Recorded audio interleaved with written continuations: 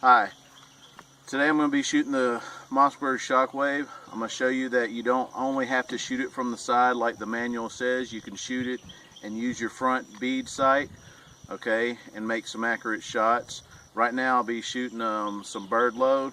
Okay, this is 7.5 bird shot, and I'll show you the target and everything afterwards.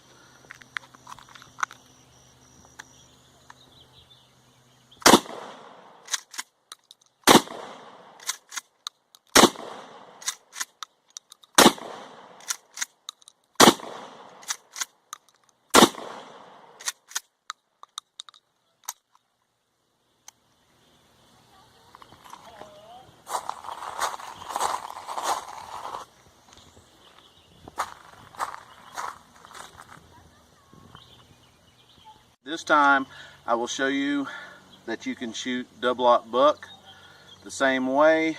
You don't necessarily have to shoot from your side. You can use your front bead sight, and I will be shooting double-aught buck federal. Okay, here we go, 5 shots. Be very careful with this. Again, recoil. There's a lot of recoil and you can hit yourself in the face.